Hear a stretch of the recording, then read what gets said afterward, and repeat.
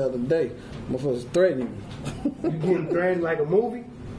Like for ransom threats or what the fuck? Oh, some internet shit. Like, internet shit. Like, it's kind of hard being... Yeah. You know what's crazy? Because everybody know that I started the Fuck Fame brand, so it's kind of like I fuck with him because I be feeling like when things be happening, I always reach out to you because I be wanting to give you some motivation with it and some experience. And it's like in Chicago, this is like really one of the only cities that I know. If you fuck with this rapper, they wear your clothes, or you filming them, this side don't want to fuck with make you a part of it. You know what I'm saying? Yeah. And it's down there. If you make niggas beats, you make they beats. Yeah. Like Chicago, like we really. You BD. If you make the BD beat, you BD. No, it is. It's really like somebody started a policy here, and I don't know who started this shit. Some that no op policy shit. Yeah, that no op policy shit. Like that's kind of like the worst shit that I feel like we could have started here. You know what I'm saying? Because that shit put you in danger. Yeah, put everybody in danger. Like, and that's what makes us different from a lot of cities, though, because it's niggas that can work with him and send his shit to the moon, send their shit to the moon. But because he fucking with this person over there, they don't want to fuck with. You know what I'm saying? Instead of saying, you know what, he fuck with the op, but that nigga, I need his media, I need his platform, but I got some plugs over here that he could utilize because we both from the crib. We don't think like that. You know what I'm saying? And that's where certain other cities think in that way, where it's like, it's a million niggas in other cities doing the same fucking thing. It's enough money for everybody because everybody consumes something differently. Yeah. Some niggas like Tidal, some niggas like Apple Music, some niggas like Amazon Music, some niggas like YouTube. Some niggas like Spotify. So it's like, yo, it's a lot of motherfuckers. Some niggas like this podcast, some niggas like Joe Budden podcast, some niggas like that. That's life for everybody. So that shit sucks that he's just doing something that is propelling him and he got this platform and he seems like a humble, cool nigga, that it's certain opportunities that could be there that he's not getting because people looking at who he's affiliated with. Yeah. Because if you want to affiliate with nobody, they'd be like, that nigga, we can say, we do this shit, we gonna go over here. Like, I agree. You know? I ain't gonna lie though, the majority of the city don't be like that.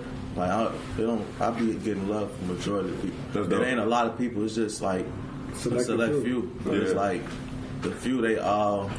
I feel that because only a select few niggas that hate me. But the thing about it is but I don't understand. But the thing about it is, if you ain't on point, that select few carry more power than a bunch. Sure.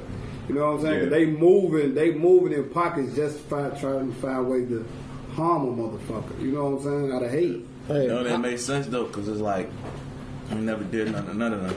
Yeah. It's like anybody that got an issue with me, I don't even know why. Like literally, like it's just random DMs. Yeah.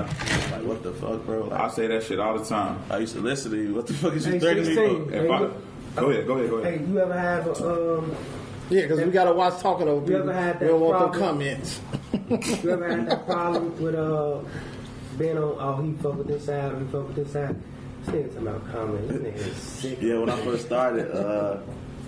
With me being new, and I'm from the hundreds, all the other shit that was going on in the rest of the city, I ain't know nothing about. I wasn't about it. So I ain't know them, they ain't know me. So when I was starting, I feel like the GDs was looking at me like I'm rocking with the BDs. Right. The BDs was looking at me like I'm rocking with the GDs, and it was like, I don't know none of y'all. Right, I'm just trying to be successful in this motherfucker. That's what I'm saying. How did you make that known that that exactly that? Like, how did you make it like no? I just ain't had shit I was doing. I was being transparent. Like, I'm working with you. I'm working with you. Move around. Just being like a lawyer. Yeah. Transparency. How was it when you did the interview with Vaughn? Like, did you know Vaughn was who he was at that time? I had an idea, but I just let you know, like, to the extent type shit. It was just like the fans kept on saying, Vaughn. And every time they be doing that, I be knowing what I mean. So the music wasn't really going that crazy to the point where people would be doing it, so I knew it had to be some other shit. Right. Did you tell them 1,500 or? Nah. You just pulled up all I wasn't in charge of it. That's my third interview. Oh, it was? Yeah. That's one of your biggest. Yeah, I think it might be like the second biggest. Yeah, who your biggest? 16ShotEm. Tay? Yeah. That's your boy. Same barber? Nah. Black Mike? Nah. My barber, Jay out of barber. Ah, okay. But nah, he was cool though. Like, when we met up to do the interview, we running around the city type shit. Like, I had met him at the Popeyes the Popeyes across the street from the county, and he was just sitting there eating with this dude named Lil Steve. I forgot the third dude. And I walk in and I'm thinking like, damn, all this shit going on, and you at the right across from the jail, just eating publicly, just Popeyes. yeah, they just sitting there cool. Hey, Hustle, 16. Just know, forget heated tense. Y'all can talk over whoever the fuck y'all want to talk over. If it get like that, y'all. It is what it is. So you know how I get when they, when the weed comes in. Let me tell the story because I'm gonna forget what the fuck I want to ask. No, but I was just saying like, know that. Fuck you. I just bumped into him. Let's crack it now. They didn't know who I was, and they was just looking at me because I sat down right bound, and they got to looking all crazy. And then I introduced myself. They was like, "Oh boy, you don't look like no cameraman." And I was like, "What the cameraman look like?" Fuck the cameraman look like. I don't know people. That's what they be thinking. Niggas with the cameras goofy. Like, damn, regular niggas can't be cameraman. That's crazy. But then I be like, shout out to Ray Muddy. Yeah. But the nigga Lil Steve picked up his phone on some funny shit with the camera. He was like, "Hold on, let me record you just in case we gotta do something to you." I'm down. Yeah. But he planned though, like then we called my homie Rio, and we knew mutual people type shit. Oh, okay. It was verified. But then we went in the burbs to Airbnb. That shit ain't work out. And they were going to another Airbnb, knocking the interview out. But first it was just 3 of us. By the time we got to the interview, it was hella niggas in the room. You like, what's going on? I think I had my girl with me too. So me and my girl, just hella niggas in the room. I don't know who none of these niggas is. Zoo walked up, sit right there. I'm down. Oh, Zoo just came home too at that time. If I'd have knew like he was there, I would have had some questions for him too. But he ain't doing no interview. Yeah. So maybe it's probably a good thing. He probably Zoo ain't doing no interview. So he was talking to that one. Yeah, he ain't. Hey, 16. So when you first hopped in, like just doing anything, I'm trying to think like, what was your thought process on like your top? Like, were you just like, I'm about to go to the trenches, or did you have an idea of type of people you were gonna interview, or you just like? I just wanted to interview anybody that's doing something, but it was just like that's all I had access to. Like that's only. So you never made that up. Yeah, it just became that because the fan base started to want that. Like I try to give them something else, and I see them do as well, and I don't want to waste my time keep doing something that ain't working. But my vision wasn't in what I'm doing. Like my vision was to do models, actors. Nigga was rapping, man. He had guns on his videos, all that shit, man. Don't let him trick y'all, man. His ass was wild, man. 16 folks. No, that's what fun. What you had, 16 shots? That's where they come from. Tell us right now, where the fuck did that name come from? It's a lot of reasons. That number just followed me. Like why? Shit, rap shit. 16 shot Ruger, what was it? What you had? Rap shit, first gun, 16 shots. A lot of shit. But it was really like my cousin had came up with that shit one day. And it was a joke, but then motherfuckers just ran with that shit. Everybody just started calling me that shit. Damn. Oh, yeah. Thank God I make my name up my first gun, a little 2 shot. They call you Diligent. What up, Diligent? I was that nigga Harlem Night. Pow, pow. I ain't gonna lie, like, got a 16 shot joint. I think a lot of people think I just was out there just tweaking wild. Like, I ain't never think that street shit was cool. Like, I ain't really grow on to do that shit. Mm-hmm. I just got in a situation, like, and it wasn't no street shit to me. It was just like, you did something to me, I'm gonna do something back as a man. Yeah. And it got me in some shit I didn't even know I was gonna get into. So it's like, I just had to adapt and change. But like, I never thought that shit was cool. Because you was on house arrest once before, right? Yeah. For what? I was out on bond for armed robbery. Robbery? Yeah. So you was out. You was in this shit, though. No, I ain't do you don't this supposed to say you did that shit. Yeah, the fuck, nigga. Before we look like blind. Nigga, you ain't do it. I know. No, you didn't. Shit, ain't no wrong with that. But at that time, you just happened to get caught up in some shit, huh? Yeah. I had, it was really some road rage. I got into it with somebody and they lied on me. Like, I ain't robbing. He said I robbed him. I didn't even know what I was getting locked up for. I thought I was getting locked up for threatening somebody, so I wasn't even worried about this shit. And the paperwork come back, it's like, I don't rob you on that. Yeah. The system that fucked up. Hell yeah. And niggas cracking jokes. I'm asking them like what I'm being charged with. Cause first I'm working at DoorDash. What was they? Was they white or black? They was white. There you go. I'm walking with a bag. They just my homie tell me like the police name. My homie, I don't know if I said that, but somebody told me the police gonna get on our ass. I'm like, I ain't do shit. I ain't worried about that shit. Right. But I don't have insurance, so I pull over and get out the car, and I'm finna go deliver the food and walk. as I'm walking, they just hop out with guns and point at me. I'm like, you got the DoorDash. Yeah. You got the DoorDash. You didn't get a tip that day, my nigga. Well, we got pulled over for somebody said we fit the description of people that had guns. And I was like, what's the description? They said 2 black males and a white cop. I'm like, yo, what the fuck? Like, that shit weird. Shit was black and white. They searched the car, they see there wasn't no guns and shit. But it was a paintball gun in my trunk that was like a replica. It looked like the rifle they had. And he was like, you gotta be careful with this shit. If I would have seen with this, I would have killed you. And I'm like, that's why it's in the trunk. But long story short, they take my homie out the handcuffs. They about to let me out. And then as they walk up to the car, he listens to the walkie-talkie, close the door. A couple minutes later, he come back, and the same dude that we just got into it, he just pointed at me, say, yeah, that's him. Then they close the door. And then a couple minutes later, they read my rights. How old was you?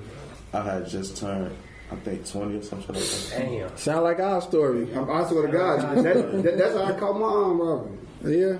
That's what you locked up for?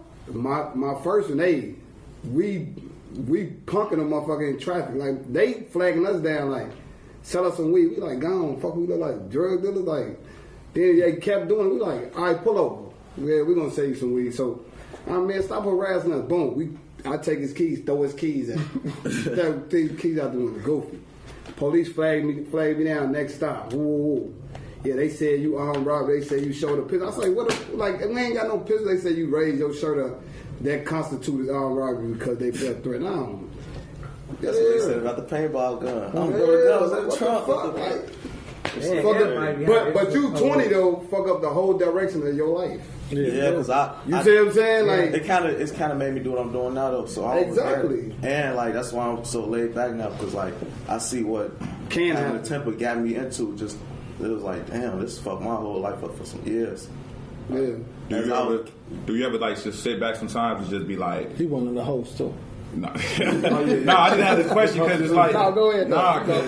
I mean, I've been in situations where like my life could have been totally different. You know what I'm saying? So don't take no but a tenth of a second. It don't take much. Do you ever just sit back and just be in the moment of like where you are and just celebrate like, all right, I'm doing some shit. I'm getting these checks. So you know what I'm saying? Because sometimes we don't. We always trying to go to the next level. Instead of taking a step back and being like, damn, bro, I'm here. Enjoying that moment. Yeah. The majority of my career, I didn't do that. I was always striving for shit until I lost the bag. And I was fucked up. And I was like, damn, I was actually really good, but I never enjoyed it because I was always trying to please Chicago niggas or whatever. Yeah. So from you being charged with that, being on house arrest, you know what I'm saying, rapping and shit, and now you still within the rap scene, and now you kind of like the CNN of the shit. Do you ever just sometimes just sit back and just be like, all right, I'm snapping, like, and just, you know, love on yourself because you doing some shit that you wouldn't have thought you was doing 5 years ago, whatever? For a long time, I wasn't, because like how you say, I was just working, trying to keep growing type shit, and it's kind of still like that, but like people be making me feel that way, just keep reminding me over and over. So yeah, I be thinking like, damn, this shit crazy, or I just be thinking like how life was then, how life is now. Yeah, like sometimes I forget. I damn near be losing the value of like money sometimes. Like I have to really sit back and think like, damn, this was struggle before. Yeah. So that's what I feel you 100%. Yeah, man, that shit feel good. Hey, speaking of struggle, shout out to Durkio. That shit was big. A week ago, 2 weeks ago, whatever the fuck the snowstorm was, and they filmed that shit. So put $1 million in the trenches. Yeah, that ticket. I fuck with that. You a marketing man. What did that do for them? Everything. Both sides, Durkio and $1 million worth of game. Price went up. Yeah. Price went up. Yesterday's price ain't today's price. They just went into a whole demographic. It's a whole different graphic that watch. It's a whole demographic of people that watch $1 Million Game. They ain't never been in the trenches. Don't even know what the trenches look like. But they love Wallow because he's funny and insightful. They like, you know, Gilly. You know what I'm saying? That now just seeing Dirk and his niggas and $1 million and him talk about loving his girl. Yeah. He just going to another level. And the same thing is niggas that's really in the trenches that really love Dirk, who might just look at shit on YouTube, but now just seeing, you know, Gilly and Wallow, now they like, oh shit, I fuck with that show. Now they gonna go back and see past interviews. That's what the shit is about, though. Cross marketing. It's cross marketing. But, you know, Gilly and Wallow was like Yeah. And them niggas both like Wallow did a bid. You know what I'm saying? Yeah, 21 years. Yeah, Right? like Gilly been around some shit, but when he came to Chicago, it's like it ain't nothing like being stamped from Chicago. Bro. It ain't. Period. Because at the end of the day, if you look at sports, most niggas come in their career because they always gonna be loved. Mm-hmm. Taj Gibson could always be loved. He come home. Any nigga that put on that Bulls or that Bear shit, they come to Chicago. Wade always did. gonna He had be loved. to. Yeah. Mm-hmm. So it's just one of those things where like when Chicago stamp you, they always gonna love you until you give them a reason not to love you. And then shout out to Inglewood. We're gonna give you the double stamp when you come through Inglewood. Well, which Inglewood? Cali or Chicago? Chicago, Illinois, 69th, hosted, Green. I love Inglewood. Hold on, I want to make a disclaimer. I love Inglewood. I love all Chicago. But y'all famous niggas gonna stop coming to Chicago, not going out west like motherfucking Jay-Z and motherfucking DMX and niggas didn't live out west and be out west. Cameron. Don't act like out west don't got them guys. I'm a business so I man, love so everything. I know Inglewood is on right now and stuff like that. Yeah. I love Inglewood. I love all y'all niggas. Shout all my niggas from Inglewood. But we not gonna act like West Side niggas. We ain't them guys. Just gonna say that. Oh, no. So Wallow, you wanna come back? You know what I'm saying? Interview me. I'll pull up 100,000 cash, but I'm gonna bring you some Uncle Remus, and I'm gonna bring you some free.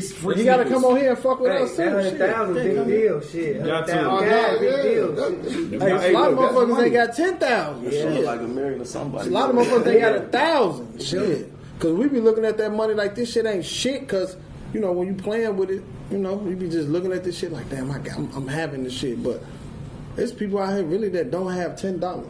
Yeah. Don't have $20. Mm-hmm. Somebody right now calling somebody like, yeah, I need $50 to get to work for the next 2 weeks. Right. Literally, that's why you got to be thankful for every fucking thing that you fucking get. But that goes to what he was saying. Like, do you ever take a step back and just look at what, you know what I'm saying? Like, appreciate where you at in life. You know what I'm saying? I do all the time now, but I didn't. So, cause sometimes you forget where you come from. Cause you grinding, bro. Like once you, cause you ain't looking at what you did. You looking at, damn, I ain't there yet. You know what I'm saying? Like you looking at the spike. You looking at Wallow. You know what I'm saying? You looking at them interviews. You be like, nah, I'm chasing this type of shit. I'm on the phone making the next phone call. I can make the next move. Even this podcast. You ain't thinking about that. Y'all can look at this podcast, and y'all might put up a video that got 100,000 views, right? Mm-hmm. But y'all might be thinking, nigga, we trying to get to 100 million views. Yeah. So now you looking at you're chasing some people that you don't have, instead of just being like, nigga, we from the crib, and there's 100,000 motherfuckers who give a fuck about what we seeing. So if you embrace them 100,000 people and talk directly to them, each one of them gonna go get you 5 or 10 more people, and it's going to do it. So we all got $1 million worth of game. Hey, look, I ain't gonna drop some. Yeah, I swear, because I was talking to somebody last week. They was like, yeah, I was watching $1 million worth of game, you know what I'm saying, on my way to somewhere, and then the next, you know how YouTube automatically go to the next clip. He's like, y'all pop up. Yeah. Like, that's some dope shit. You know what I'm saying? That made me step back like, you working when that's not happening. You gotta learn this shit. You gotta tell your homies, like, you gotta sometimes learn the algorithms and shit. Tell your homies, like, look, we about to drop this new interview with Hustle and 16. It drops at 3 o'clock. So them first 3 minutes, I need all y'all to go in there and view that shit and comment. They're gonna trick the algorithm. You know what I'm saying? Mm-hmm. You gotta learn the game. Me and him had a long discussion the other day. Damn, 2 hours. Where I literally told him, just off me just knowing him, he had 7 different lanes that he could be making millions off of. You know what I'm saying? Mm-hmm. This nigga, you know, got this store that's been successful. A lot of people's stores, like the average store, only lasts 3 months. Mm-hmm. This store been here 4 or 5 years. So it's like, instead of like, he can now teach other people how to open a store, how to have a POS, how to, you know what I'm saying, do certain shit. It's niggas that'll spend millions of dollars for that shit. You see these niggas with these infomercials, and it's just like, they doing it. But I got niggas that look just like me that do it with no guidance. Yeah. Mm-hmm. So that's the whole thing. Like, bro, I could show niggas how to make it in the music industry without selling your soul. Because my whole goal when I first started was, I'm going to be known worldwide and never leave Chicago. Mm-hmm. You know what I'm saying? And I did it. Now if I leave Chicago, can't no nigga say, oh, you had to go to LA. I didn't have to go to LA to fucking make it, nigga. I used the internet. I said, you know what? Fuck them joints coming out Friday. Instead of spending $200 on them joints, I bought a $200 flight to go to motherfucking Texas to take my brand there. Hey man, make sure we make that a clip right there. Like real shit. Like invest in your fucking self. I go to where the fuck people want to fuck with me at. So if Chicago niggas ain't fucking with me, I'm looking on my internet and saying, yo, my analytics showing me that motherfucking Texas is my third biggest market. New York is my second biggest market. DC is my fourth biggest market. I took my shit there. All right, Chicago, y'all want to fuck with me? Okay. Oh, I'm going where they fucking with me at. So then when they start fucking with me, then Chicago niggas, he said it perfectly. They talking to me different. Niggas was calling me cap until they fucking actually got to experience it now. Oh yeah, you. Nah, nigga, don't whisper that shit to me in the club. Tell them niggas that shit. Say that shit loud. You was hating out loud. Yeah. Say that shit loud. I did that shit with $100, nigga. I worked for somebody. They didn't give me my credit. I said, why can't I get my credit? They said, you don't own this shit. Make your own company. I said, what? Yeah. I went on my raggedy ass computer. I looked up how to start a business. Went to the fucking government site, got my little EIN, made me a company, and haven't looked back. And never looked back. I did that shit with $100. Damn. So, yeah, it's people out there that calling somebody, can I borrow $20? But if we tweak our train of thought, nobody in the world is colder than a Chicago nigga. I don't give a fuck. Because we make it out the trenches with no fucking guidance. We don't got our OGs here. Most of us didn't have motherfucking, most niggas didn't have their fucking daddy here. Niggas figured the fuck out. Nigga, 10 years ago, you would have thought you had a call to action. Fuck fame, man. Fuck all that shit. It became a call to action. So you got to think about tweaking your train of thought. So if you taking your money and you invest in each nigga in here, you put $100 in each nigga in here, you're not an investor. You a venture capitalist. Because now you just got a piece of all our fucking businesses. Words are powerful. So that be the difference between niggas. We be doing the shit that these billionaires be doing. Yeah, we just think of it from a small fucking scale. Everybody start with one follower. Everybody start with one motherfucking dollar. That nigga started with one view. The same way at one point DJ Vlad was at his same shit. True. So instead of telling our nigga to go to DJ Vlad because he got such a big thing, that nigga got a following too, and he one of us, and he gonna ask the real shit. So we don't build up our own people because we going out of town. My brand was built off of out of town niggas, not Chicago. Yeah. But I made sure to always rep Chicago. But I stunted my growth trying to appease Chicago and being in too many rooms where I was the smartest nigga. When I stopped doing that shit and started going into rooms where I was the brokest nigga, I peeped game. That's deep right there. Like that. Real shit. I kicked it right before quarantine. Last time I was in LA, I'm kicking it with the owner of motherfucking Fashion Nova. I went out with Chris Brown. We went out to Delilah's and shit. We go to the club. He's like, oh, we gotta go to this house party. I pull up to this crib. It's like, nigga, I'm talking about, you know, it's levels to Ferraris. You see low level Ferraris in Chicago, but it's them Ferraris that it's only like 100 of them motherfuckers. I'm looking at this shit. I walk in the house. The nigga had Kristen Louboutin garbage cans. They was black Sprite garbage can with a red bottle. The nigga opened his refrigerator. You know how niggas had like water bottles lined up? The nigga had 1942 bottles. He was like, yo, here, this for you. Woo, woo, woo. And I'm looking at all these chicks. I'm like, who the fuck is all these badass bitches? I'm not knowing who Dog is. You fuck some? Hell no. Hell no. I just want to know. Turn that to a clip. Hell no, and put hell no under my fucking face. I just want to know. Bunch of bad bitches. But see, Chicago niggas. Nah, but it's like, something. but at that moment, I can't even think about fucking bitches because I'm in this situation where I'm like, this is the craziest house I've ever been into. To the point where Chris Brown was like, yo, this house crazy. And Chris Brown got a crazy house. So if CB saying that shit, I'm like, yo, who the fuck is this nigga and all these bitches? I asked, nigga said, oh, that's the owner of Fashion Nova. Shut the fuck up. So I'm looking like, oh, these all the Fashion Nova bitches, right? So I go talk to Buddy and shit. Hey man, it's a lot of them bitches. It's a lot of them, right? But they was putting me on game as far as like the money that they pay these girls to post. What's the return on their investment? And when I had that conversation, it made me realize that one of our biggest problems is not understanding the term ROI, return on an investment. You got to get a return on your investment with your time, with your money, with your thoughts. Everything you gotta do gotta be a return on your investment, because you don't know when your time is up. Agreed. You know what I'm saying? Agreed. So when I go talk to my niggas or I meet people out and they talk, I'm not sitting up there thinking I don't want to talk to them so they can tell me how great I am. I'm gonna give them some game, or I'm gonna learn something. I want to be in the motherfucking room, like you said. Yeah, I want to be the dumbest motherfucker in the room. And guess what? I would tell people that story about this nigga crib, and I was like, yo, this nigga different, bro. Like, this nigga crib was different. Last week, he just bought this house called The One. Y'all can Google it. The One is the most expensive house in LA. The house made $50,000 a day just off people using it to shoot commercials. Mm-hmm.